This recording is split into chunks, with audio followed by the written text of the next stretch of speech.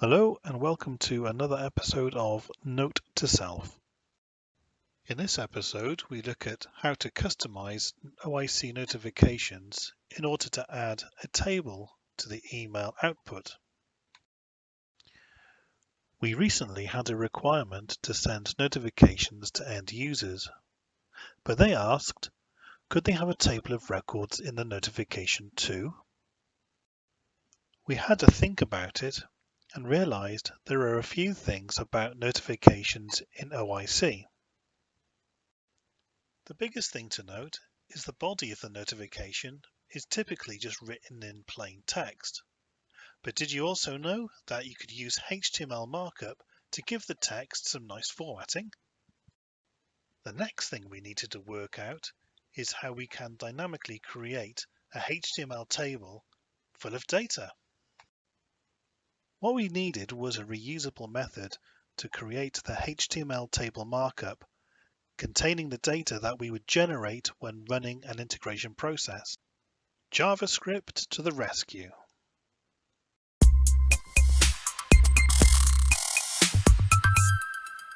In OIC, Oracle gives you the ability to create custom functions that can be placed in the library for reuse.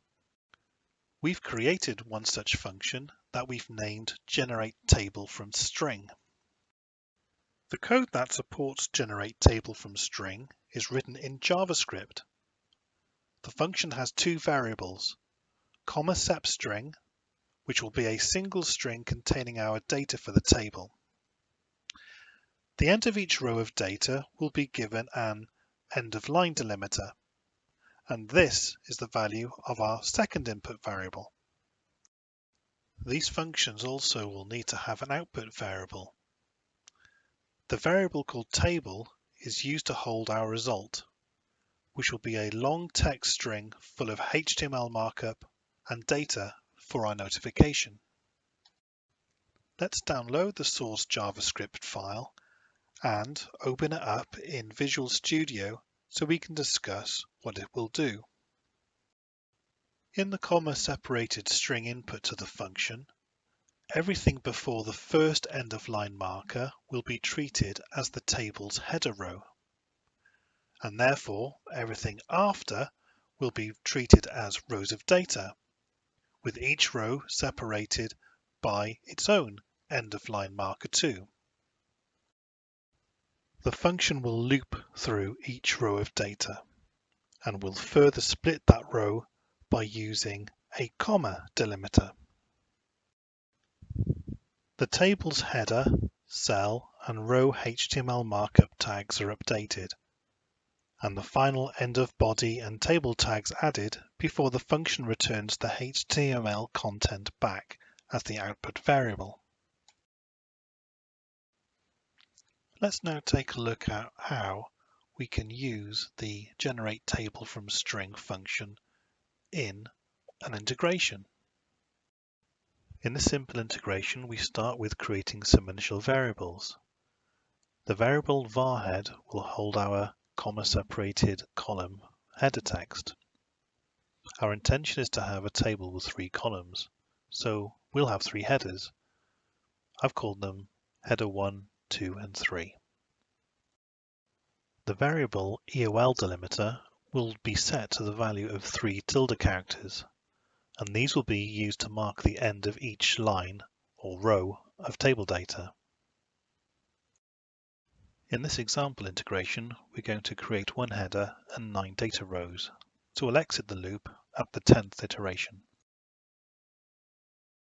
The while loop has been configured to run for as long as the loop counter has a value of less than 10. We're using this loop just to help me generate enough test data to show you a meaningful result. In this set table row assign action, we're going to simply set the row data variable to a set of values. I'll use the loop counter variable as part of this assignment. All I'm doing here is essentially creating 3 values, each separated by a comma.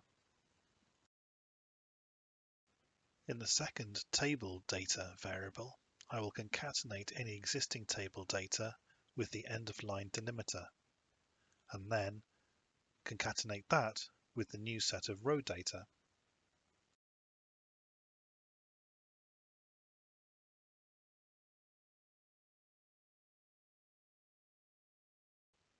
At the end of each loop, we will increment the loop counter by 1. Remember that when dealing with assigned variables, you need to convert strings into numbers before adding numeric values to them. Remember that the while loop logic will remain true as long as the loop counter variable has a value of less than 10. Once we have created all our row data for our table, there is one last thing that we need to add to the beginning of our table data variable. That is the table column header values that we set earlier on in the process.